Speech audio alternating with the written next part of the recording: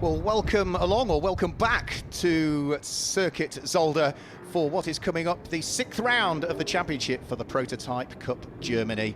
55-minute race plus 1 lap coming up for you, and you can see the cars are already starting to get themselves out of their garages and prepare themselves in advance of this 6th round of the championship. We should have had 2 races to start the season at Spa-Francorchamps. The inclement weather on that occasion meant that neither of the races took place over the course of the 19th, 20th and 21st of April. So it was actually round 3 of the championship, the first of 3 races at Lausitzring, that kicked off the season. And we've only been to Lausitzring so far. So the 3 races there, one of them was won by Marcus Palmer and Valentino Catalino, and the other 2 races, it was Danny Sophie and Torsten Kratz who shared the car that claimed the victory there. The weather this morning was very wet here at Circuit Zolder. It's drier now, and the circuit has continued to dry throughout the course of the day. The odd little rain cloud blowing in every now and again here on the west coast of the Netherlands. But you can see the pit lane is looking substantively drier than it was in qualifying if you joined us earlier on. Hopefully we'll see the cars heading out onto circuit very shortly, and after here at Zandvoort, the cars will pack themselves up, head to Hockenheim for a further 2 races there before they then go to the Nürburgring for the penultimate race weekend of the 2024 championship season. They'll conclude the season at the Sachsenring in the early part of September, so it's quite a short season for them really, starting the back end of April, it's all done and dusted by the early part of September. This is the only round that's outside of Germany other than the ill-fated Spa round. So the other round, Lausitzring, Hockenheim, Nürburgring, Sachsenring, all in native Germany for the Prototype Cup Germany. All of these cars LMP3 specification. Therefore, they're all powered by the same motor, and of course you may have seen that the next iteration of LMP3 cars has recently been launched. They, I'm sure, at some point will find their way into this championship. For the moment, it's the current version of the LMP3 cars that are making their way out onto circuit. The Zandvoort circuit, undulating, it's challenging, it's quite difficult to overtake as well, and even more so in these fairly aero-dependent cars as well. But the one thing that the drivers won't be faced with at the moment, with the racing conditions that we've got, is a lack of visibility, because that was certainly the case in qualifying. And in free practice yesterday, it was even wetter. It was atrociously wet yesterday here, but you can see the track is now in pretty much perfect condition for racing. A bit of a blustery wind, which might just affect the cars a little bit as they either head into it, or the wind's behind them pushing them into the corner, or the side wind as well will also affect these cars as they make their way onto the circuit. And will guide you through the grid when they're on their formation lap. Over the course of this weekend, we've got 2 races coming up for you. This is the first of them. We'll have our second race taking place around about 3:15, 15:15 Central European time tomorrow. That's about 14:15 if you're watching in the UK. And as the cars make their way out onto the circuit, let's have a quick look.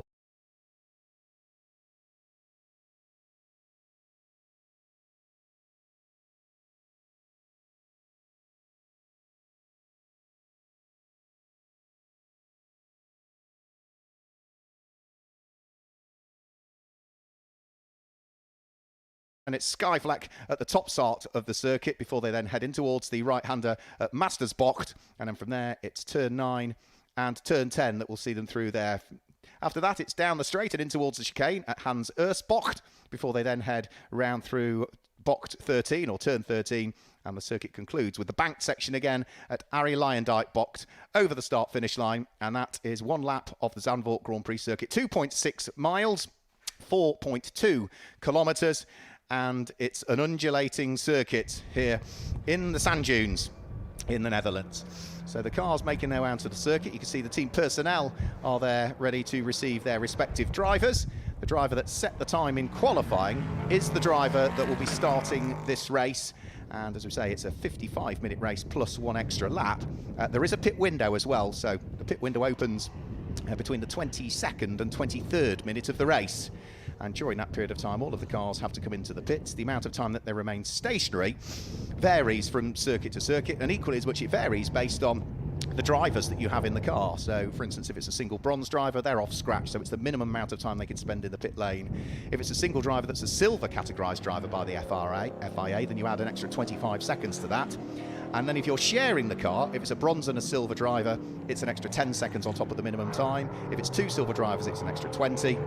And if you've got a gold and a bronze, then it's an extra 10 again. But you also add to that success seconds as well, depending on where you finished in the previous race. If you win, 7 seconds. If you're second, it's 4. If you're third, it's 2. So most of these cars will have varying different amounts of minimum time that they need to spend in the pit lane. And in the case of a couple of them, they don't need to worry about the driver changes, because the car that will start from pole position, Keanu Alizari, he is driving solo in this one, so he doesn't need to worry about a co-driver. And in stark contrast, the car off the very back of the grid, Antti Ramo, also drives solo as well. So heading up to the outside of the front row of the grid is Felipe Fernandez-Leza. His is the red and the white car with the Dayglow Dayglow green flashes to the front of it. There's our pole sitter, which is Keanu Alizari. He'll be hoping for good things, Keanu Alizari. He's had a 4th as his best result of the season so far. He's also had another top 6 finish, but he has not as yet been on the podium. And the pole time that he set was a 1 minute 41.933. He was the only driver to dip into the 1 minute 41s in the damp qualifying session. But of course, most of the teams will have been looking to the skies. They'll have been tweaking the setups on these cars and just making sure that they stiffen them up a little bit for dry weather conditions, assuming they don't think that rain might come part the way through. So they might actually go for a compromise setup, neither wet nor dry, depending on if they think the weather conditions could be changeable. But looking out of the commentary box windows at the moment, it's still rather overcast, but I think we should be good. There's Julien Apothile, who so far this season, 2nd and a 3rd so far for the Swiss driver in this year's championship. The 2nd place finish came in the middle of the 3 races at Lausitzring, bookended by 3rd places in the 1st race and the 3rd race. This is the pink car that sits there on 3rd position on the grid. And the driver's just receiving the final few little thumbs up from the teams before they'll focus their efforts fully on what lies ahead over the course of the next 55 minutes or so. I think that was Danny Soufi, the win of the number 2 car. Yes, it is. Yep, so that will be Danny Soufi, who has claimed a couple of wins so far this season. Torsten Kratz sharing with Danny Soufi. They topped the championship standings on 70 points coming into this weekend. That's Valentino Catalano's car. A win, a 2nd and a 3rd, so on the podium in all 3 races so far for Valentino Catalano, who is partnered up with Marcus Pommer, who is the champion from last year. Valentino finished 4th, but they've got themselves together as a driving partnership for this year, and will hope at the wheel of the Duquesne that they can get another good result here. So it's been a good start to the season for them so far. Next up will be Thomas Grancey at the wheel of the number 1 car. It's the first time we've seen them out so far this year. They are not showing on the championship table, so it'll be, I think, the first event that they've attended so far this season. And they'll sit there, what will be 6th on the grid. Nice to see we've also got a Ginetta that's joined the grid for this weekend, which is the number 90 car, which will be Sven Bart starting behind the wheel of that one. The Momo Gibbert Racing Ginetta G61. They're the familiar Momo Gibbert colours. And Sven Bart will start behind the wheel of that car. One of 3 cars that Gibbert Racing have brought to Circuit Zandvoort this weekend. Valentino Catalano is the other one who sits just ahead, and the 3rd car that they bring is the number 80 car, which will be started by Maxim Dierix. That's the car that did have an off and brought about one of the 2 red flags that we had in qualifying. There is the white and multicoloured car with a light blue flash down the wing of it. Is the easy way to spot that one. 5th and a 6th so far this season is the best results that we've had from Maxim Dierix, who's partnered up with Jakob Ehrbacher for this weekend. And then the final car on the grid will be the number 14 car of Antti Ramo, who has had a 4th and a 5th but hasn't been on the podium so far this season.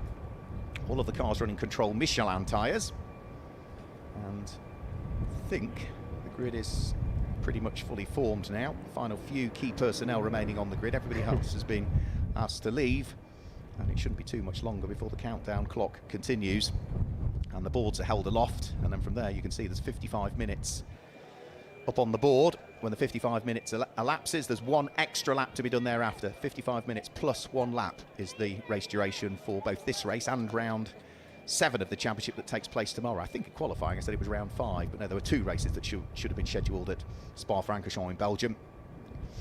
And therefore, if we include those 2 cancelled rounds, then this will be round 6 of the championship that will be getting underway very shortly.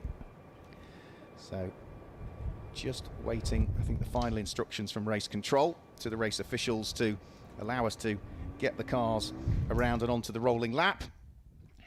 And say what are certainly not summery conditions here at all. You can see the shrubs and the grass blowing in the breeze. It has been a fairly cold weekend. It's not a weekend for shorts and t-shirts by the sea, that's absolutely for sure. It's coats and, if you can manage to wrestle it in the wind, an umbrella when the rain blows in.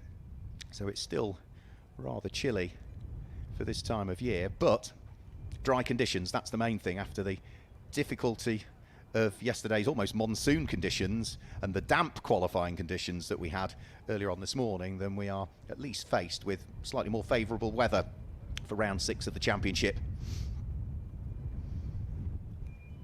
Now 2 wins so far this season for Danny Soufi and Torsten Kratz. They are going to have to try and see what they can do from what is 4th on the grid. Plenty of time in which to do so. Say they lead the championship on 70 points coming into this weekend. 61 points for the pairing of Marcus Pommer, the reigning champion, and Valentino Catalano. And then it's 52 points for Julien Apotolo and Riccardo Leone, who he's largely shared with so far this weekend. But Julien Apotolo is partnered up with this weekend with Riccardo Leone Crielli. Yeah, so they lie 3rd in the championship. Felipe Laser is 4th in the championship with himself and Klaus Abelen. What are they on? They are on 34 championship points. And then Antti Ramo, who starts off the back of the grid at the wheel of his Ligier, the Estonian, he is next up in the championship on his own, of course, driving solo, so he's 5th on his own in the championship on 33 points. That's the main championship. We then have the Prototype Cup Trophy, which Antti Ramo does lead. He's had 2 wins in the trophy section of it, so he is right up there in the championship standings. You also have the junior category, which Danny Soufi leads. He's claimed all 3 victories so far this season in the junior category. And in terms of the team's categorisation, Conrad Motorsport lead that. And that is thanks to the efforts of Torsten Kratz and Danny Soufi with their Ligier. So 3 different marks represented on the grid. We've got an equal split almost between Ligiers and Duquesnes. The Ligier JSP 320 and the Duquesne D08, but of course we've got that addition of the number 90 Momo Gibbert Racing car of Sven Bart and Mikael Heirisch, the Ginetta G61 as it is, LTP3 to give it its full title. So 1 minute board is held aloft. They'll shortly be heading on to their rolling lap.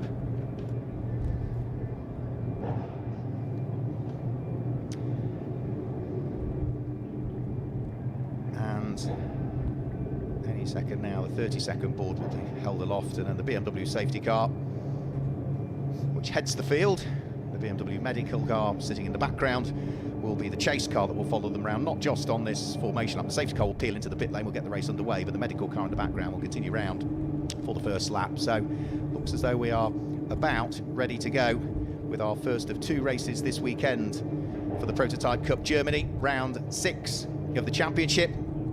And are we going to have another win for Danny Soufi and Torsten Kratz? Could we have another win for Marcus Pommer and Valentino Catalano? Might we have a new winner for the first time this season? So off they go on their final formation lap. He's safely onto the rolling lap. Sure. To guide you shortly through the way the grid will line up around this fantastic Zandvoort circuit. So let's have a look at the way they line up. But Keanu Alizari sits there on pole position. He goes on his own. And Felipe Fernandez-Laser will start at the wheel of number 30 car on the outside of the front row. Row 2 of the grid is Julien Apotolo alongside Danny Soufi for Conrad Motorsport, who lead the team's championship. And it's Valentino Catalano and Thomas Graziaye that sit there on the 3rd row of the grid. That Sven Bart is there on row number 4 alongside Maxim Dierix. And the final row of the grid will be Antti Ramo at the wheel of the number 14 car, who sits on his own there on the 5th row of the grid. So he'll look to try and make progress in the MRS GT racing car and try and see if he can secure his first podium of the season so far. So that's the way that they line up.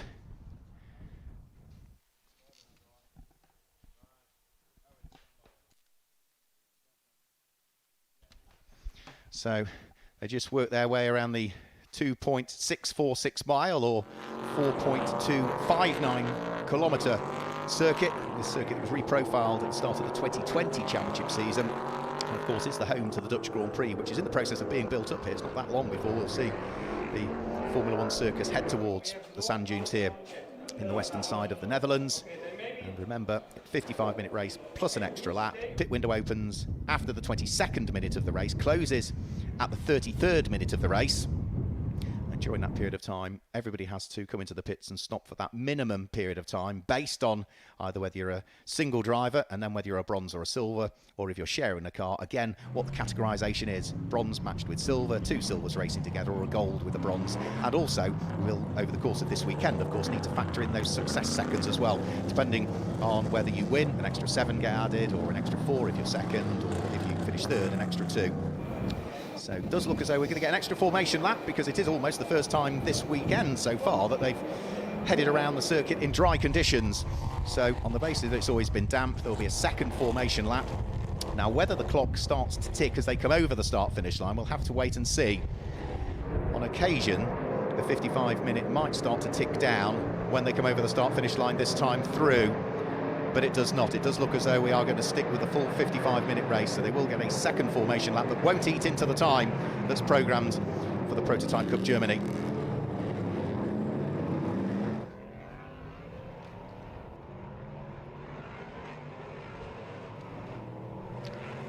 So, in fact, the clock is ticking on our timing screen, and it is ticking down now, so they have started the race in reality. So the race has got underway. I thought we might be tight on time to get the full 55 minutes in with all of the supporting races that are here as part of the Zandvoort Summer Trophy weekend. So the extra formation lap is going to count as part of that 55-minute allocation for round 6 of the 2024 Prototype Cup Germany. So car on pole position is the blue and white car of Keanu Alizari. The red and the white and the light grey car is Felipe Fernandez-Laser, who sits there alongside. It's pink and white for Julien Potelot on row number 2. And then it's Danny Soufi, who's is largely black, but it's got those sort of light blue or almost teal coloured flashes to it. Then it's red, silver and black for Valentino Catalano, alongside the largely black and white and red car of Thomas Grandsea. Yellow and red for the Ginetta that joined us in the hands of Sven Bart.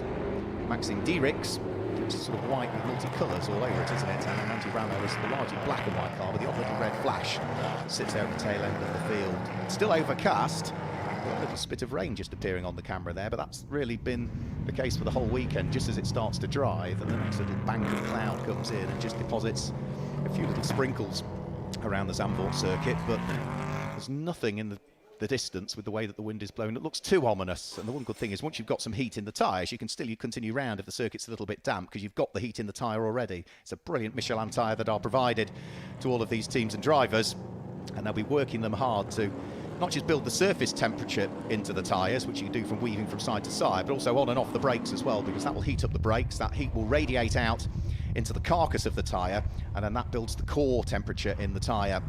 And you need absolutely both if you want to get things underway. So they're just heading round through Arie Luijendijk, which is the final corner here, very shortly, and then the safety car will peel its way into the pit lane. Neat 2x2 order. They're all well used to doing this now in the Prototype Cup Germany. And as the safety car will just turn right in towards the pit lane, the Duquesnes, the Ligier, the Sol Ginetta will start to get things underway. So it's going to be about 52 minutes plus 1 lap by the time we get going. So we're about to get round 6 of the 2024 Prototype Cup Germany underway here. The lights go out, they go green, and already by the look of things, Danny Soufi is looking to see if he could try and squeeze his way through, but it's going to be Keanu Alizari that leads up towards Tarzan for the first time. A snatch break there from Felipe Fernandez-Laser, and trying to squeeze his way through the middle is Julien Potelot. Is he going to make it through? Well, no, he can't. And then there's a big lock break and a spin, I'm afraid, for Danny Sophie, who spins around. There's a little bit of damage to his car. Thankfully, everybody else has avoided him. Julian Apotolo had to take to the grass in avoidance, but the championship-leading car already now is at the very tail end of the field. It was a fairly slowish spin, but that won't have done the Michelin tyres a great deal of good because they won't be fully up to temperature yet. And I think that was just a little bit of cold tyre and a little bit of squeeze and a little bit of the fact that the rain is just starting to come down a shade more. So Danny Sophie has given himself a chunk of work to do here, but he's already picked off Antti Ramo, charging his way back through the field. I think it was just a little dive plane that came off his car. It wasn't much, but it is going to affect the handling. It's there for a reason. And you could just see that little teal-coloured piece of bodywork departed company with the car as he had that spin, and I think lightish contact was made. Just having a quick look, both dive planes are there on the front. There's definitely something came off that car, but the one good thing is they are all still in the race and threading their way through Hans Ersbocht for the first time, and then up towards turn 13, the penultimate corner, and then onto the high-speed, fast banking flat out through Arie Luyendyk, which is where they'll be heading any second now, ready to conclude the first lap of the race. Keanu Alazari is going to lead. By the look of things, Julian Apotolo is starting to get a tow and is trying to bring himself up through and ahead of the Ginetta, which has had a brilliant start in the hands of Sven Bart. The Momo Gibbert Racing Ginetta is there in what will be 5th position at the moment, and is looking to try and make it 4th if he can. There's nothing doing now as they head up towards turn 3 this time, and the banking at Hookerholzbot. And from there, start to head over the crest and build the Swede through the twists and the turns at Rob Slotemacher. And then from there, right at the top section of the circuit before you dive back hill in towards Skyflight. Quick look again. Now, where was that bit of bodywork that came off the car? Was it a dive plane? Wasn't there that I saw the bodywork. It was the next rotation. Yeah, there you go. Just a small amount. I think it might have taken a tiny bit of bodywork off the dive plane. But for Danny Sophie, that was a disappointing first lap, but equally he'll be pleased that he's still in the race, and the car has largely gotten away unscathed as well. He's dropped down to 8th position though, and has now got work to do. Thomas Granzea was the car that he worked his way through and passed. I think I said it was Antti Ramo, but Antti Ramo was up to 6th position at the end of the first lap, so off the back of the grid he did have a good start, and as the car scattered ahead of him was able to thread his way through and past a few. So there is Antti Ramo. He has got right behind him at the moment Maxim Dierix, the wheel of the number 80 Gibbert car. So up towards the conclusion of another lap they will go. They are at the moment fighting away for 6th and 7th position. Remember, the pit window opens after 22 minutes of the race, in other words when there's 33 minutes remaining on the clock. And are we going to see Antti Ramo lose a place here as Maxim Dierix looks at the inside, heading in towards Tarzan? Surely he's going to go through. He's got the inside line. Antti Ramo thought about turning in, but then realised he was not going to make it through, and therefore did the sensible thing and just backed off and allowed Maxim Dierix to wiggle his way through. So Maxim Dierix gaining a place. That now puts him up into 7th position. Down to 8th goes Antti Ramo. Next thing for Ramo to do is just gather his thoughts and see if he can now work out where the car that's just overtaken him might have a weakness, to try and see if he can thread his way back through. Good fight going on for 3rd at the moment. Valentino Catalano feeling the pressure of Julian Apotolo behind him, and Sven Bart's not that far back either. So that's going to be the fight for 3rd, 4th and 5th, as the top 2 just sort of disappear up the road a little bit. Felipe Laser leading the way. Keanu Alazari now down into 2nd position. But the fight for 3rd is a good one at the moment. So here they come up towards the braking area for Hans Ersbocht, and then start to build the speed again on the run up towards the fast right-hander at Kumo. And that's such an important corner, because you take in these cars with the downforce of them, you take Arie Luyendyk absolutely flat out, so it's so critical to get a huge amount of speed and exit speed through turn 13 and carry all of that momentum through Arie Luyendyk bocht and then over the start-finish line. See him jinking around, trying to break the toe on the car behind. Sven Bart coming under pressure at the wheel of the Ginetta, a flash of the lights as Danny Sophie looks to try and squeeze his way through and gain another place, and has just about done it at Tarzan. Will do it by the time they get to the exit, so another place gained by Danny Sophie. And that now means the championship leading number 90 car is up into 5th position. And the Ginetta, the extra car that Gibbet Racing have brought for this weekend, the Momo Gibbet Racing machine, has lost the place. Still this good fight going on for third and fourth at the moment. There's no let-up, is there? You see a few more spits of rain beginning to appear on the screen as well. Now for Valentino Catalano, can he hang on to it? Julian Apostolo right behind him. Felipe Laser not that far back as well. It's actually second, third and fourth, isn't it, that fight is for? I think on the previous lap we'd had a transponder issue, so yeah, Chiara Malazari does still lead. On the previous lap the timing screen was suggesting otherwise, but that has corrected itself this time through. So Calazari leading by 4.6 seconds, but then this brilliant fight for second, for third, for fourth, all absolutely together. Having gone through and ahead of Sven Bart, Danny Sufi is starting to pull away and is edging up towards making that fight for second, a four-car fight. It's a trio at the moment, could well be a quartet before too much longer. Car that's won more races than anything so far. Double winner at Lausitzring last time out. That spin on the first lap, dropping it down through the order. But Danny Sufi, I've got to say, driving superbly well to get himself back onto the coattails of the cars that he was doing battle with before he had the spin. So through Tarzan go the three, almost four cars ahead. Sven Bart now on his own, almost in sixth position.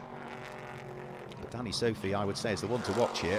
Takes a nice wide sweep heading in towards turn 3 to try and get a good exit coming off the corner. He's not quite caught the trio ahead as things currently stand. You can still see the spits of rain in the air as well.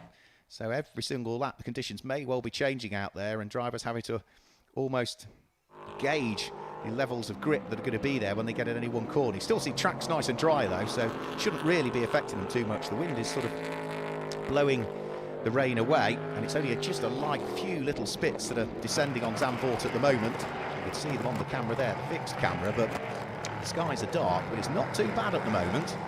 No need for windscreen wipers at this stage. That's the telltale, and the conditions are worsening. Everything's going around without the wiper going at the moment. And for Danny Sufi, can the number 2 car catch up with the little trio that lies ahead? Valentino Catalano, Julian Apostolo, Felipe Laser, all still locked together for second, for third, for fourth position. 1.1 seconds separating all three of them. Danny Sufi is on his way. He was 2 seconds behind. Now, at the end of this lap, what is he going to be? Has he eaten into that advantage any further? No, he's now 2.6 seconds back, so he's lost half a second to the trio ahead. So not quite closing to the degree that we'd think. So Danny Sufi has still got some work to do here. If he wants to try and get right up onto terms with Valentino Catalano, Julian Apostolo and Felipe Laser. Further down through the order, Antti Ramo still fighting away and is in danger of losing out here to Thomas Granseya, who almost was able to thread the needle there, but just lost out. And that's the fight for what will be 8th and 9th places. So the only person who almost hasn't got anybody to fight with at the moment is our race leader, Chiara Malazari, who's well and truly up the road. 5.5 seconds is his lead advantage. This is a great battle for 8th and 9th as well. Antti Ramo desperately trying to keep away the car that's putting you under the pressure, and I think Antti Ramo almost lost out there to Thomas Granseya.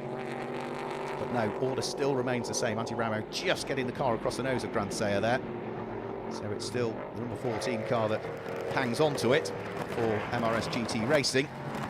And for Thomas Granseya, we'll still have to see where else he might be able to squeeze the Racing Enterprises Duqueine through. So it's a Duqueine 1, 2, 3 at the moment. The first of the Ligiers is there in 4th position, which is Felipe Laser. Through goes Antti Ramo and Thomas Granseya. Still locked together for 8th and 9th place. Ligier against Duqueine. And those 3 cars are about to head through now and conclude what will be lap number 6 this time through, with 42 minutes plus the extra lap thereafter remaining. Too far away, I think, is Thomas Granseya this time as he heads in towards the braking area for Tarzan. The first of the hairpins that we've got, the right-hand hairpin, and then from there it's down the very short straight and up towards the left kink before you then get up towards Eelachbocht. And then from there it descends up towards what is fantastically banked corner nowadays. Hooker Hult's bocked. So speeds start to build again. Rob Slotemacher. And then up towards Skyflak. The first of the right-handers. Masters bocked will be next up. And is this the opportunity here? Now, I thought for a moment he was going to try and get the overlap there, but couldn't quite make it stick there, Thomas Grandseier. So, still working hard, seeing if he can work himself through and ahead of Antti Ramo. It's largely the junior drivers that qualified this morning.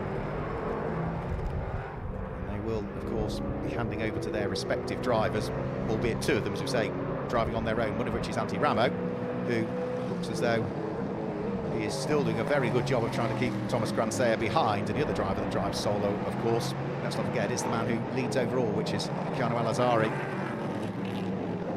man from the UAE. Fight for second, still hasn't changed either. Valentino Catalano still hanging on to it in the number 70 car for Gibbert Racing. Remember, he finished 4th in the championship last year, partnered up with Marcus Pommer, the champion. So let's just have a quick look at the start then. The lights went out and it was a good start from Kiano Al-Azari from pole position. It was a very good start from Julian Apotolo, who looked to try and squeeze through and make it 3 wide up towards the first corner. Lock brakes from Felipe Laser as he realised things were getting tight. Almost 3 wide all the way through Tarzan, but for the pink car it didn't quite work out in the end, did it? He lost the place, but then thankfully Danny Sophie, who spun directly ahead of Julian Apotolo, was avoided by everybody, spun towards the tail end of the field, and of course that is now the car to watch the charge, because that number 2 car might have slightly flat-spotted Michelin tyres, but Danny Sophie, as the championship leader, is still trying to carve his way through the order. The one thing he needs to do is catch the trio ahead. He's not done that as yet. He was closing, but he's still a sort of plateaued now in 5th position, the number 2 car. So they having claimed 2 wins out of the 3 races at Lausitzring. Danny Sophie and Torsten Kratz, who will take over that car, are leading the championship on 70 points in the early stages of the 2024 season. So 40 minutes to go. It's still the best part of 15 minutes plus before the pit window opens at all. So there's no chance of any pit stops as yet taking place. Sorry, 6 minutes to go before we have any chance of any pit stops taking place. And Kiano Al-Azari now leading by 7.1 seconds. The battle between Antti Ramo and Thomas Grandseier has resolved itself. Antti Ramo losing a place that time through. Thomas Grandseier gaining a place and already pulling away. His best part of 1.5 seconds up the road. So I think he's quicker of the 2 cars, but just couldn't find his way through. Now he has. He's starting to gap already. The car has just taken the place away from. We've still got this great trio of cars fighting over 2nd, 3rd and 4th at the moment. They still remain in the same order. Now in 5th place is Danny Sophie starting to close in again once more, I would say. So I think that gap is coming back down again. It's down to 2.1 seconds now, but keep your eye on the black car with the teal coloured flashes in the background. In the hands of the championship leader, Danny Sophie. So he's starting to edge closer towards Felipe Laser.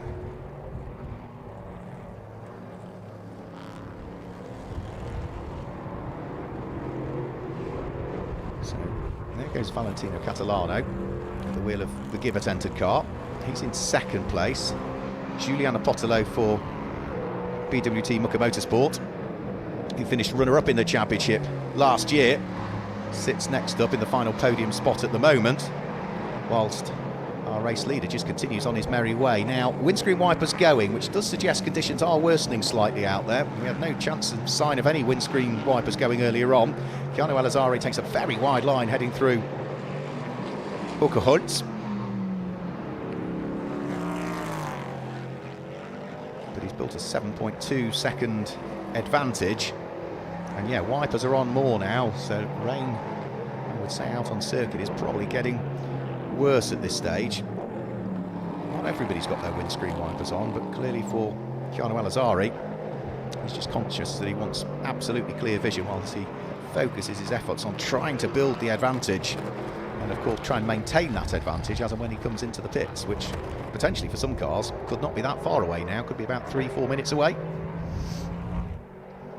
So Alazari leads, Catalano's second, but still under pressure from Apotolo, who's there in third place. Felipe Laser's there in fourth place. Danny Sophie was closing, wasn't he? Danny Sophie in fifth position.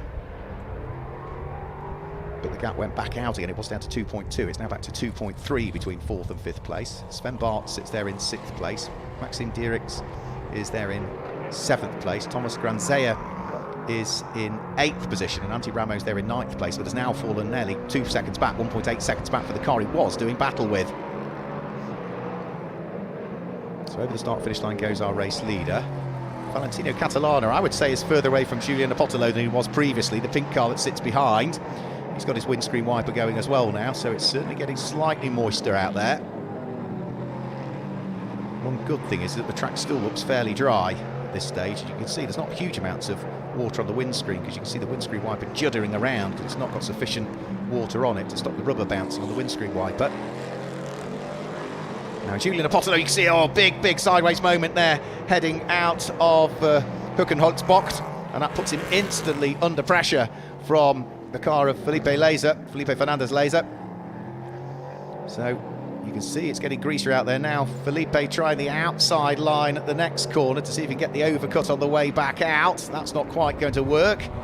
So they still remain in the same order, but that slight little moment there from Julian Apotolo. And now up the inside goes Felipe, gains the place. Can he hang on to it on the exit of the corner? It looks as though he might be able to. Julian Apotolo tries to fight back, but no, in the worsening conditions, it does look as though his car there is now not quite handling, or he's not as comfortable in these conditions as others are, and Danny Soufi is closing in all of the time. Now that the battling is taking place ahead, he's now down to 1.8 seconds behind this trio of cars that are still fighting over second, third and fourth place. Again, another big wiggle from Julian Apotolo as he asks a big amount of the Michelin tyres with the amount of throttle he was putting on the car coming out of the corner. Impressive to see the cars moving around in these conditions. Gives you an idea just how hard the drivers are working, and as they head over the start-finish line, all sitting in the slipstream of each other, flashing the lights, looking to see what he might be able to do. A very late break from the number 30 car of Felipe Laser, who heads off and through the gravel trap and just about keeps the car out of the tyre wall. He's on the run-off tarmac on the outside, but that's going to drop him 2 further places. Loses a place to Julian Apotolo, where he's just taken it away from, and Danny Soufi goes through as well. So that now means the number 30 car is going to no longer be in the podium spots. In third, he's going to be down to 5th. And again, sideways again that time, heading out of Hoekenholtzbocht. So really driving hard, and of course in these conditions which are worsening, every time a driver gets to a corner there's less grip than there was on the lap before. You've got to almost keep working the car hard to keep the tyre temp up as well, because as soon as the tyre temperature drops, if we get more water, then you are really in trouble.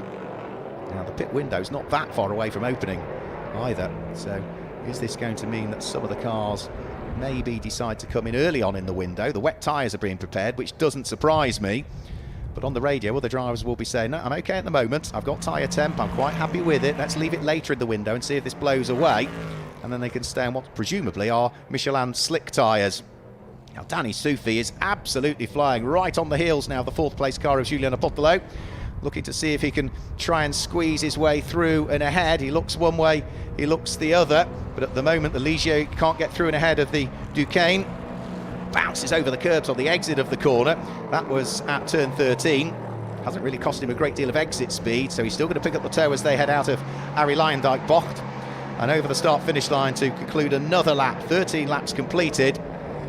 Lead advantage is 10.8 seconds, and Danny Soufi on the charge through the order is looking to try and gain a further place. Pit window is now open, so the cars can come into the pit should they wish.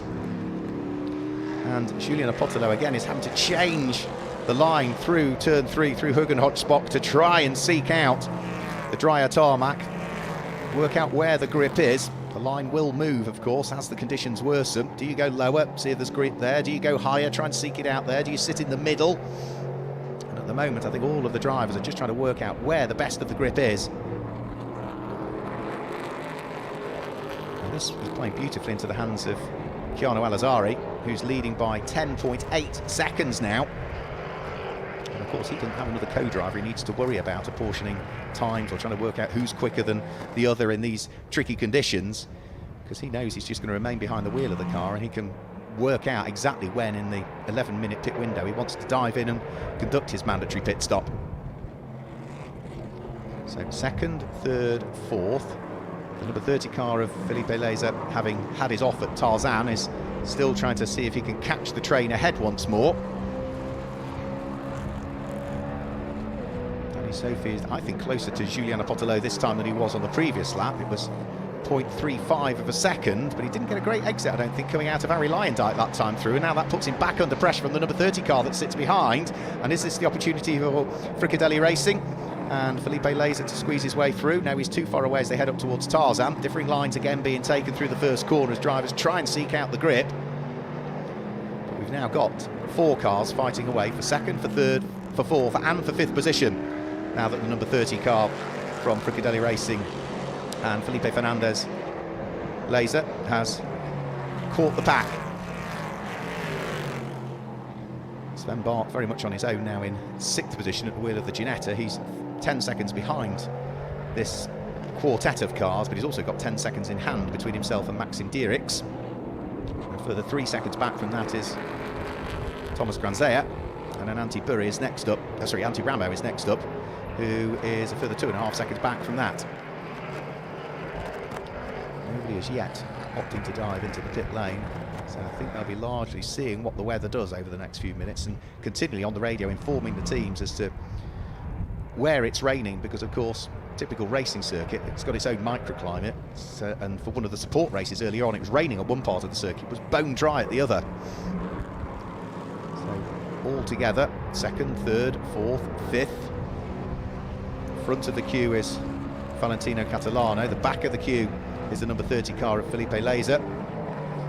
It's still a Duquesne top 3 at the moment. Danny Soufi is the first of the Ligiers as he sits there in 4th position. As they head up towards Tarzan and conclude this time through lap number 15 with 29.5 minutes plus the extra lap still remaining. Now, Keanu Alazari, who leads, has had 4th position as his best result so far this season. He non-scored in the second of the 2 races at the Lausitzring Ring, was 6th in the third of the 2 races at the Lausitzring Ring, so he lies 7th equal, I think, in the championship standings at the moment. So a win here, or a podium, would be very welcome indeed. And at the moment, 12.5 seconds up the road from others. Of course, you need to factor in how long they'll all remain stationary for that minimum period of time, plus the extra time thereafter, depending on their categorisation of drivers or driver pairings. Julian Potelot having a good little nibble there at Valentino Catalano to see if he could work his way through into second place. Didn't happen. Hasn't cost himself any exit speed because he can't afford to. He's got Danny Soufi still right behind him. Then we've got the Fricadelli Racing car of Felipe Leza not that far behind. So still this trio all busy trying to outfox each other at the moment, and it may all come down to the pit stops, the time in the pit stop, and how efficient all of the teams are with servicing the cars and their drivers and getting the driver changes done as well. So out of Harry Lyondike, over the start-finish line, nobody diving for the pits as yet. Race leader continues through, as does second, third, fourth, fifth. Still another, 6 minutes of the pit window to go. Remember, the drivers that start the car today are the drivers that will be jumping in for the second part of the race tomorrow. They also won't be able to qualify the car. Our race leader looking fairly dominant at the moment, 13.5 seconds, and this is absolutely perfect for Keanu Alazari because they're squabbling for second, third, fourth and fifth. They're all slowing each other down, and that is a problem, and that's Antti Ramo, is it not, that's had the problem? No, it's not, it's Thomas Crasala, actually. So, and lots of coolant coming out of the back, so that car has got some sort of engine gremlins, I'm afraid, and that number 1 car is looking as though it is going to be heading in towards retirement, and with it stranded out on circuit, it certainly begs the question as to how this is going to be dealt with. We're in the middle of the pit window. The safety car surely is going to have to come out, and that means that Keanu Alazari, 13.5 second lead that he's got, is all going to evaporate to absolutely nothing It's the worst possible time for the safety car to come out. So for Keanu Alizari, the best bet would be, if the regulations allow, for him to dive into the pit lane now. And I suspect, if the regulations allow that, he is probably going to be the first of those to do so.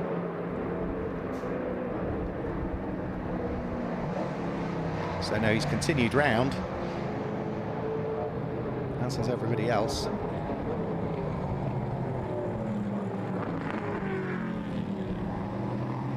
So it does look as though at the moment, safety car out there, nobody diving for the pit stops. Just having a look through the summary of the regulations to see if I can spot. The pit stop falls short, if the pit stop deviates by more than 5 seconds, stop-go penalties. Cars participating in their first event can't see what the regulations are if the pit window is open and a safety car comes out, but on the basis of nobody has dived into the pit lane, probably means you can't pit under the safety car if the window's open. So probably means that once we go back green racing, then there'll be a flurry of activity in the pit lane and everybody will dive their way in. So the BMW safety car has caught everybody, and say for Keanu Alizari, 13.5 seconds he was leading by. Everybody squabbling over second, third, fourth and fifth. It was perfectly poised for him, and I suspect that he and possibly Muller Motorsport might be kicking themselves that they didn't come into the pits a little bit earlier, but they weren't to know that the problems would befall Thomas Granzea, and therefore Laurent Prunet will not get the opportunity to drive the #1 car in this race at least. He will have the opportunity to qualify it tomorrow and see how he gets on. So drivers are suited, booted and ready to go. Won't take long to get the #1 car out of the way. There was a handy little snatch gap that our fantastic Circuit Zandvoort marshals were pushing the car into, and hopefully maybe one more lap, or possibly even the end of this lap, we'll see the safety car peel its way into the pit lane, and then we'll no doubt see probably a big flurry of activity to see if the teams can get all of the cars serviced and back out there. Clock still continues to tick, of course. We've got 24.5 minutes plus the extra lap to go, so we're already 30 minutes into this race. When the lights go out on the safety car, which they do now, that's the indication that we'll be going racing again at the end of this lap. So safety car will be in at the end of this lap. And are we going to have any takers that will follow the safety car down the pit lane, or are they going to crack on for another lap or so and build a bit more tyre temp? And then if they all pit at the same time, then they almost all outfox each other. If you roll the dice a little bit differently, the problem is that the pit window closes in about 2 minutes' time, in reality, if it's not been extended because of the safety car period. So I suspect everybody will probably end up in the pits at very much the same lap. Now, the one good thing for Danny Soufi is, of course, he's now up into 4th place, having had the spin. And look, he's got the top 3 just ahead of him. So it hasn't worked really, this safety car period for Keanu Alizari. But for Valentino Catalano, for Giuliano Potolo, for Danny Soufi, for Felipe Laser, it has, because they've all caught the race leader. They can all roll their sleeves up and crack on with it once more. We're about to get the race back underway as all the cars accelerate their way out of Arie Luyendyk bocht and head over the start-finish line with, by the look of things, no takers just as yet for the pit lane. So over the start-finish line, they all thread their way. Danny Soufi feeling the pressure and almost losing 4th position as the number 30 car Felipe Laser looked to try and wiggle his way up the inside. Then there was a bit of a moment mid-corner for Danny Soufi, which just slowed his exit speed coming out of Tarzan. He gathers it up, and of course some of that could well be to do with losing a bit of tyre temperature under the safety car. And chatting to one of our marshals is Thomas Granzea, who is going to be a rather frustrated spectator for the rest of the race. So it now means that Antti Ramo picks up 8th position in the race. Maxim Dierix picks up 7th. The top 6 remain as they were.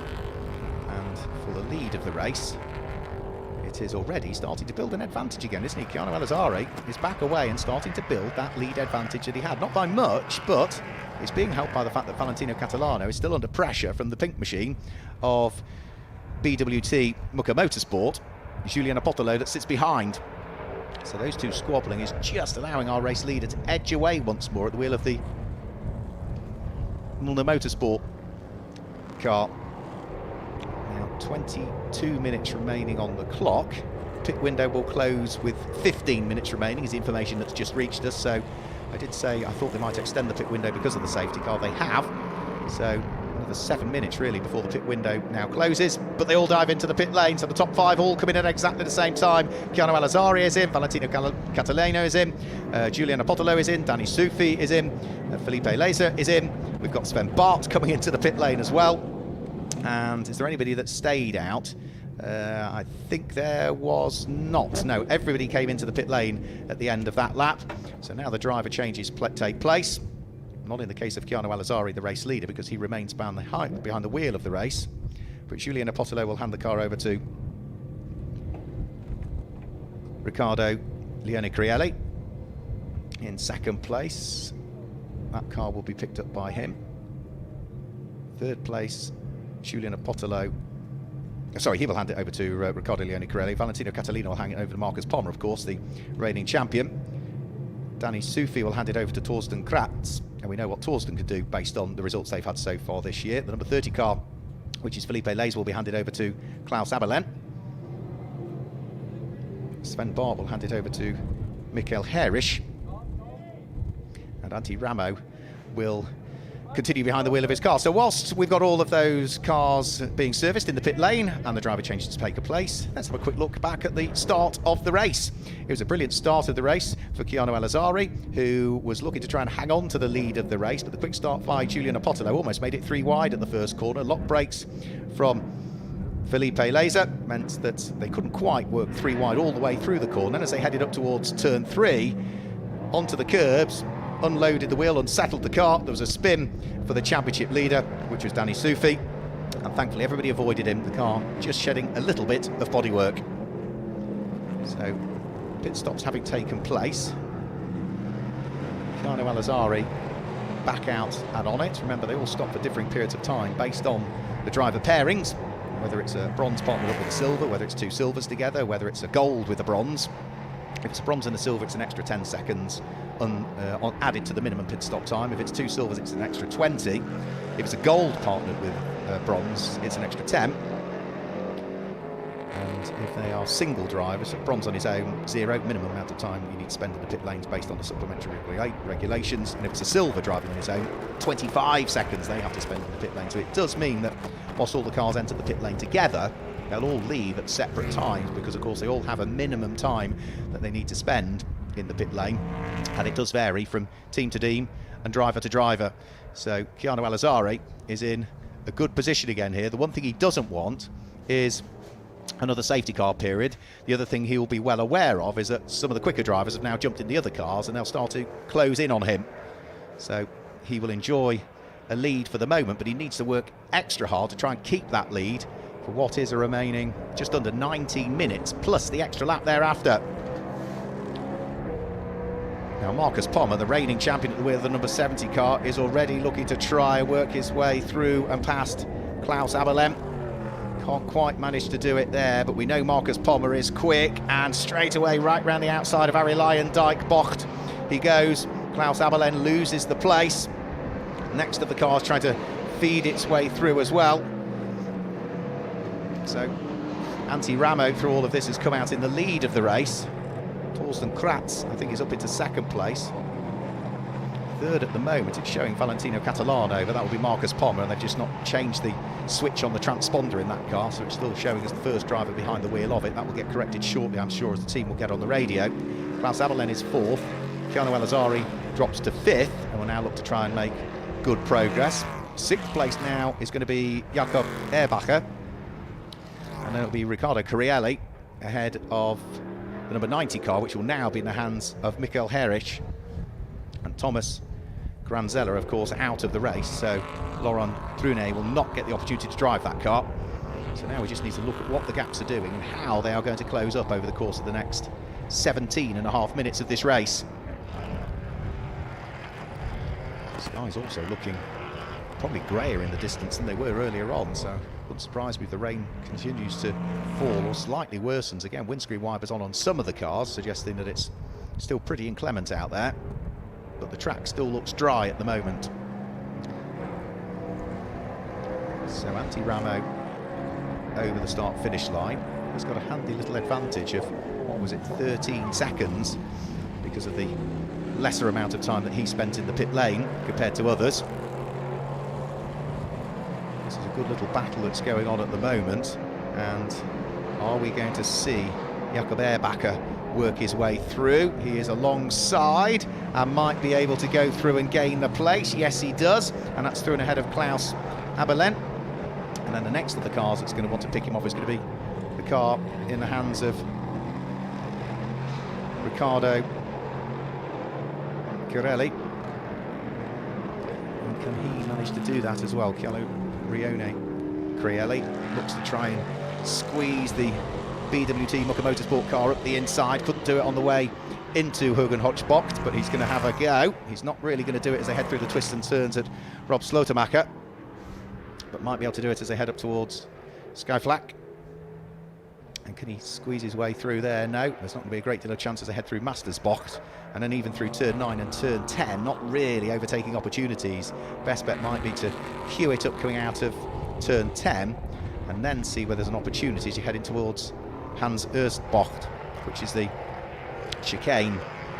Now they're just heading up towards turn 10 now. Sven Bart will be pleased with what he's done at the wheel of the Momo Gibbet Ginetta as he sits there, or stands there on the pit wall. Now is this the opportunity here for Riccardo Chiarelli to try and feed his way through? No, can't quite do it there. So that's not going to work through Hans Erstbocht. Up towards turn 13.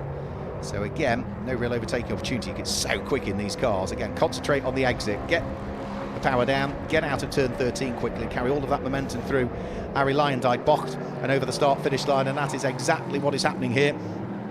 The BWT Mucker Motorsport car squeezes its way right the way alongside the pit wall, but is surely going to go through in a house of Klaus Abelen up the inside. By the time they get towards Tarzan, place gained.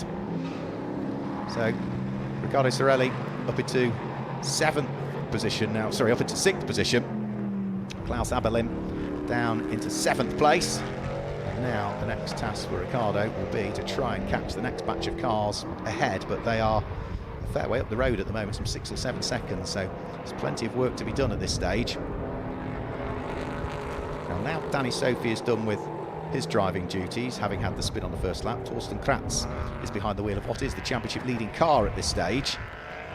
He is having to stick his elbows out a little bit though, because he has got right behind him Marcus Pommer, the reigning champion. That car still hasn't had its transponder shifted to the correct position at the moment, so it's still showing Valentino Catalano behind the wheel. And then just off that is Chiano Alazzari.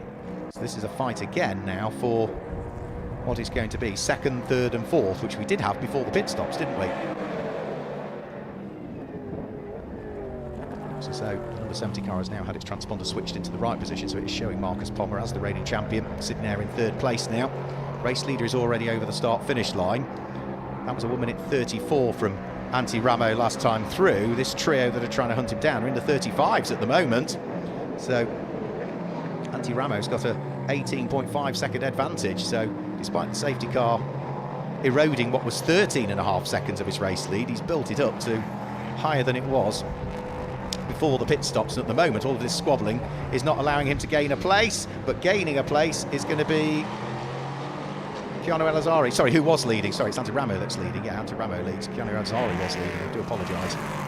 So he looked to try and gain a place, but couldn't manage to do so. So he was the driver that lost all of the time, I apologise, in the first part of the race. Now Antti Ramo has the largest margin that we've seen so far, having taken over the race because he stopped for a shorter amount of time. Torsten Kratz still there in 2nd place, still feeling the pinch from Marcus Pommer. Chiano Alazzari, early race leader, who had that 13.5 second advantage eroded under the safety car, still looking to try and see if he can squeeze his way through. He's almost up the inside of the champion there, Marcus Pommer, as they went through, what was that, turn 10 was it not? And then down the straight, Marcus Pommer's in full attack mode again, trying to draw himself alongside Torsten Kratz. He's got the outside line though, so that's not going to work.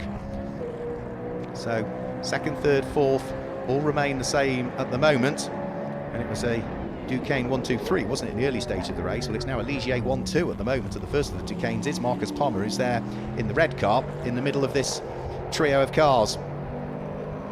So back towards the conclusion of the next lap, so 24 laps now chalked into the book, 12 minutes remaining plus the extra lap thereafter. Marcus Pommer jinks out of the slipstream with the race leader, but equally as much breaks the toe on Keanu Al-Azhari that lies behind in the blue and the white car. It's only 3/4 of a second separating all three of these as they came over the start-finish line that time through. And is the car behind them closing? Yes, it is. Jakob Ehrbacher is now lapping about 2 seconds quicker than the trio ahead. They're all busy squabbling, slowing each other up. Look in the background, because that white car with its multicoloured flashes and the light blue stripe down the centre of it will be closing up on this little trio. He's just appeared for a split second in the background of the shot there, but he's on his way, and if they keep holding each other up in another couple of laps, he's absolutely going to be with them. 2 seconds quicker on the previous lap, and sector times on this lap suggesting he's another half a second quicker just in the first sector. So second, third, fourth need to get the hurry up here, otherwise they'll find themselves then coming under attack from the fourth place car. So speed's building again up towards Hans-Erstbocht, which is the right and left chicane. You can see them all bunched up. Michelin tyres all working hard as well. All the cars excluding driver and fuel, 950 kilograms, so it's a light car, the LMP3 car, but they're all getting caught second, third and fourth place by this guy here, the number 80 car, which is on a charge at this stage. Jakob Ehrbacher closing in, 5th and a 6th, the best results for that car so far this season. Well, it's in 5th at the moment, but it's certainly got some pace here. It's up towards Tarzan, they'll go. And Torsten Kratz still trying to keep the championship leading car of himself and Danny Soufi. They're in second place. 21 seconds is now the lead margin that Antti Ramo has. And remember, he's not even finished on the podium so far this year. 4th is his best result of the season. Look at the differing lines also through turn number 3.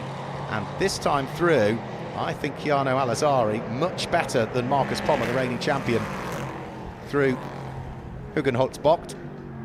And looks to try and close again as they hook up towards Skyflack.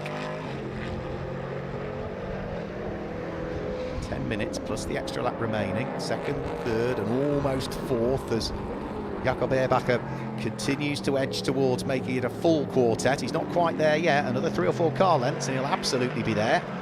And of course that's a 4th car then to squabble, which means they'll slow themselves up even more, which allows Antti Ramo, our race leader, to further pull away in the lead of the race, the Estonian driver. And that's the car that yesterday was in bits in the garage as they were taking one engine out and about to replace it with another. Whatever happened to the Ligier, never did quite get to the bottom of it yesterday with MRS GT Racing. But whatever they did to the car, it has certainly worked. And of course they were somewhat helped by the safety car bunching everybody up, and of course Antti Ramo being able to have lesser time spent in the pit lane relative to others. So over the start finish line, 4 cars now fighting over second, third, fourth, fifth as they head up towards us. Ligier, Duquesne.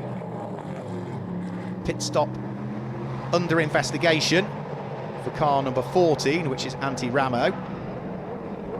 Also number 2, which is Torsten Kratz. Number 19. Number 19, did that say? I think it said 19. Well, we don't have a 19. Maybe it flash up again. Number 19, which we don't have. Number 70, which is Marcus Pommer. And number 80, which is Jakob Ehrbacher. So they'll be looking into the data and establishing as to whether the cars spent the minimum amount of time required in towards the pit lane. And if they have fallen short of the minimum pit stop time, well, penalties will be issued to them, absolutely. In case of the mandatory pit stop falling short of the required minimum time duration by up to 5 seconds, it's at least a drive-through penalty. And then by the look of things, we've had a shuffle there. Torsten Kratz just manages to hold off Marcus Pommer, but Marcus Pommer now feeling the pressure from Keanu Al-Azhari, who tries to draw himself alongside. Can the blue and the white car make it through? Well, we'll have to wait and see. He's fully alongside. He's now trying around the outside of Torsten Kratz. There's almost a rub between the pair of them. Well, he's gained 1 place over Marcus Pommer. He might gain a 2nd place here over Torsten Kratz. Again, there's almost contact between the pairs. They head up towards turn number 13. And Keanu Al-Azhari is on the outside line all through the gravel. That means that Marcus Pommer's going to gain the place, and surely momentum will be lost, and that will allow Jakob Ehrbacher to squeeze his way through. And from looking to try and get to the front of the queue, and he was almost there, wasn't he, Keanu Al-Azhari? He's now at the back of this little quartet once more. So he drops to 4th place on that occasion. So that's some good fighting between them all. Now Jakob Ehrbacher is trying to ask Marcus Pommer a few questions. 7 minutes to go. Brilliant fight for second, for third and for fourth. Look at those differing lines again as they go through Hugenhochsbocht.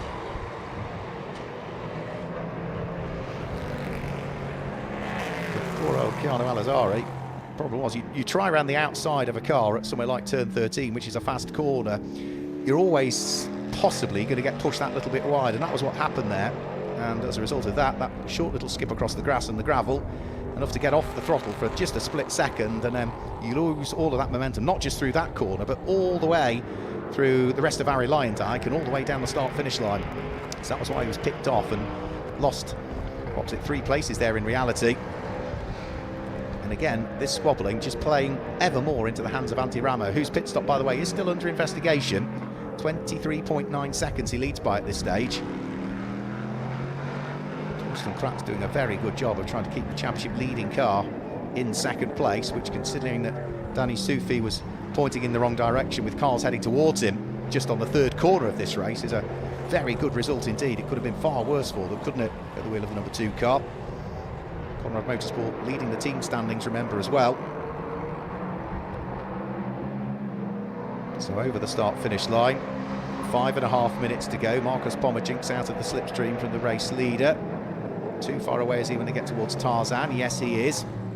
Equally as much, Jakob Ehrbacher will be keeping an eye at the lead of the at the wheel of the lead Duquesne to make sure that he can still hang on to it ahead of Keanu Alazari. For Antti Ramo and MRS GT Racing, they will be very pleased indeed with their efforts in this one. 25.75 seconds they lead by.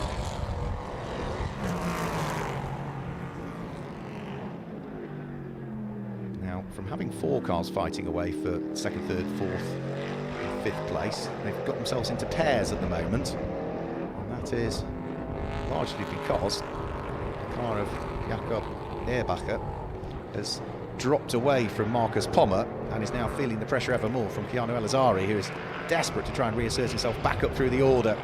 So not quite as close, that 4-car train, as they were.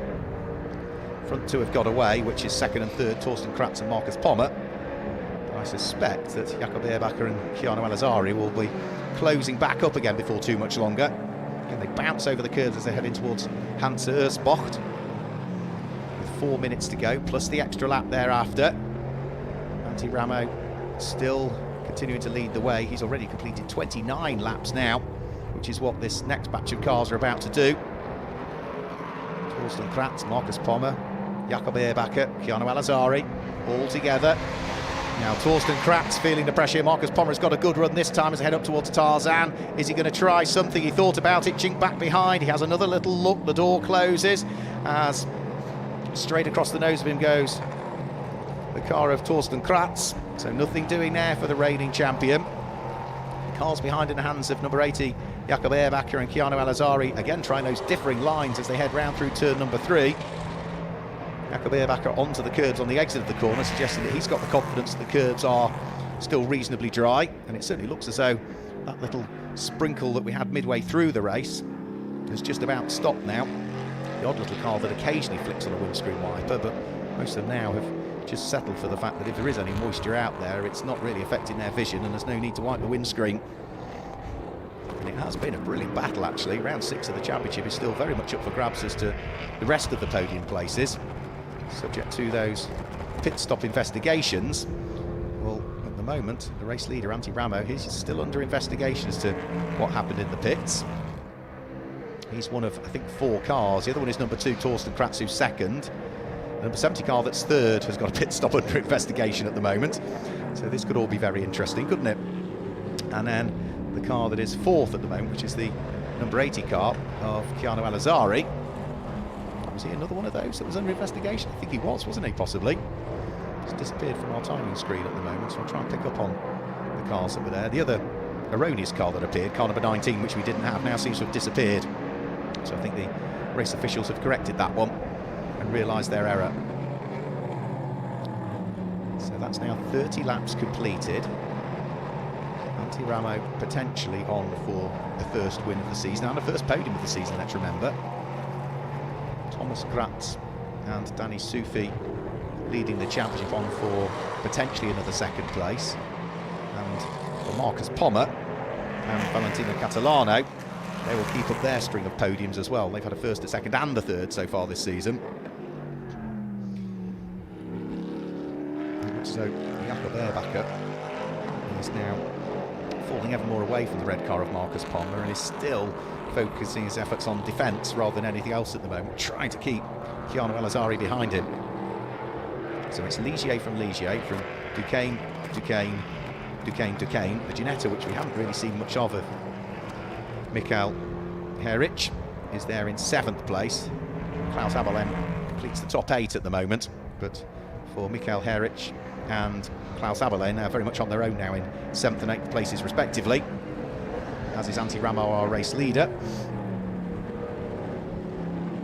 Riccardo Sorelli also started to close in the BWM Mugger Motorsport car. So he's there in 6th place, but he's only 4.6 seconds shy of getting onto the coattails of Chiano Al-Azari, but with 48 seconds to go, 40 seconds to go almost as they come over the start-finish line. Antti Ramo, I think, is onto his penultimate lap this time through. So the clock will be at 0 next time he comes over the start-finish line, and he'll be onto his final lap next time through. So there's still scores to be settled, there's still points to be had. 25 points if you win the race, 20 if you're second, it's 16 if you're third, and so on it diminishes from there. No drop scores in this one. All final results from the races for the season are considered, so there's no drop scores. You can't drop your worst round, so it's very much one of those championships where consistency is absolutely the key. And for Thomas Kratz and Danny Sophie, who are there in 2nd place, they'll be more than pleased that they can scoop up another podium, as will, I suppose, Valentino Catalano and Marcus Pommer, who sit there 3rd at the moment, Pommer behind the wheel. So again, those respective cars are 1st and 2nd in the championship, and they have finished on the podium in every race so far, albeit they're running 2nd and 3rd on the road at the moment because of the lead advantage now having grown to 26 seconds for Antti Ramo, who, remember, started off the back of the grid. So the clock's now at 0.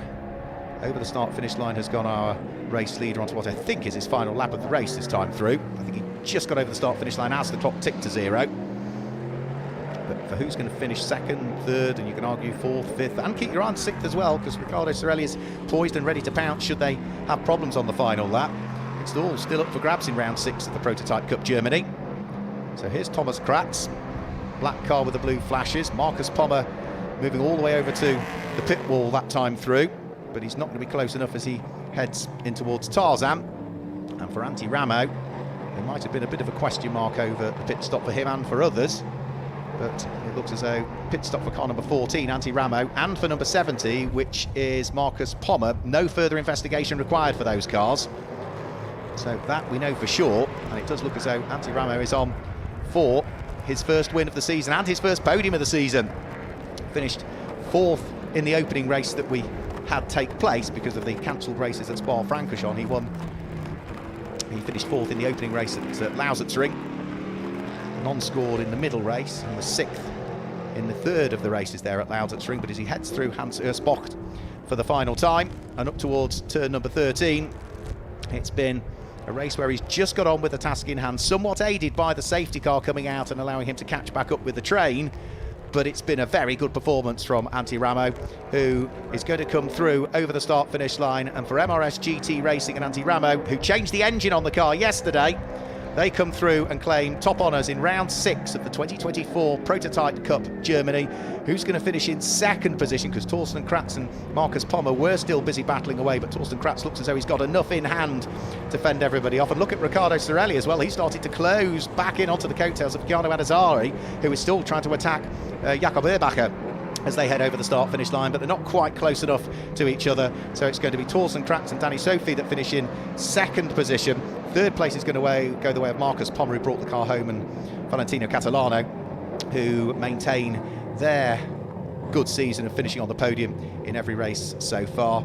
It is going to be Jakob Erbacher and Maxim Dieriks that finish next up in 4th position.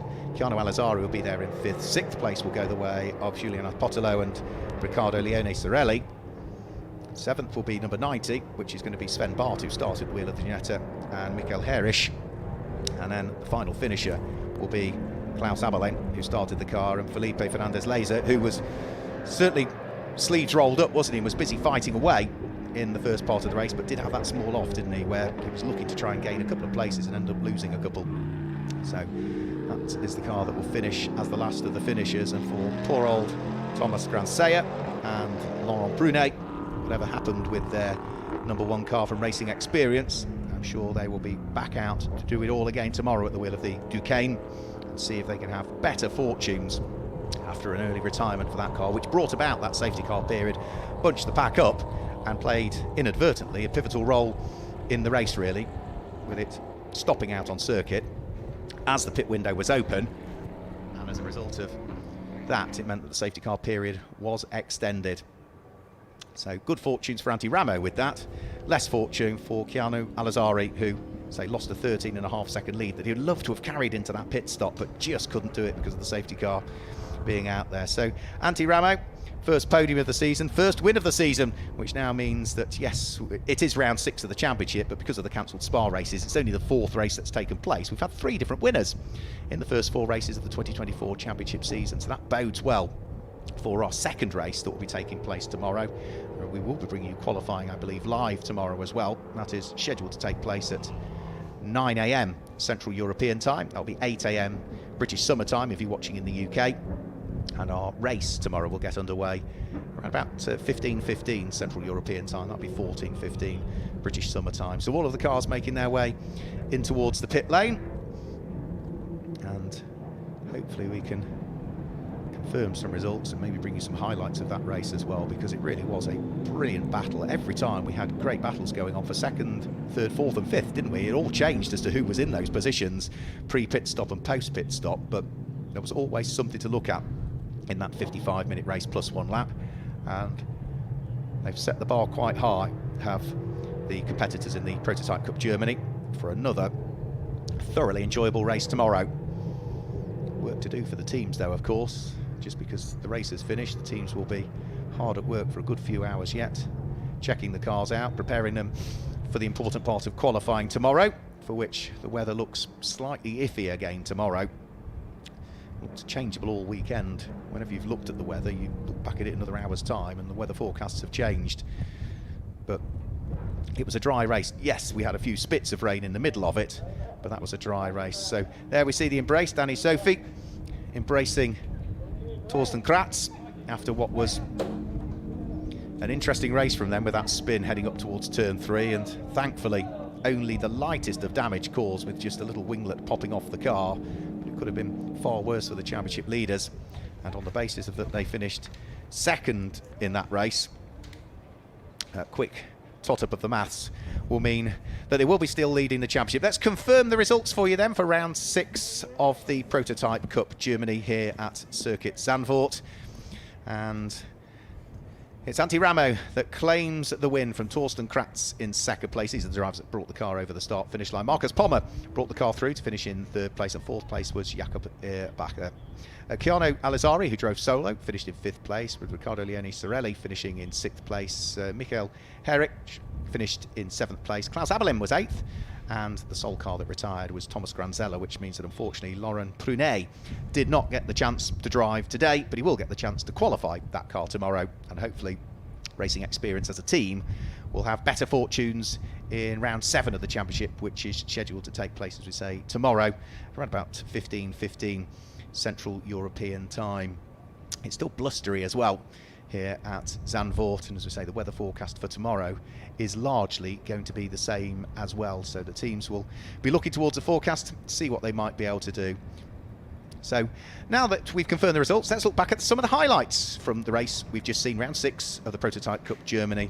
The lights went out, and as Keanu Alazari, the pole sitter, threaded his way up towards Tarzan for the first time, it was Julian Apotolo in the BWT car that was trying to make it 3 wide at the first corner, but Felipe Laser was having none of that, and they get themselves back to single file order on the exit of the corner. The championship leading car of Danny Sophie was trying to make progress in the early stages. It all got a bit tight heading up towards turn 3. There was a bump over the curb, it unsettled the car, it spun the championship leading car through 360 degrees. Only light damage to it as a small bit of blue bodywork fell off it, but it could have been far worse as cars had to scatter left and scatter right to avoid the contact. Thankfully they all did.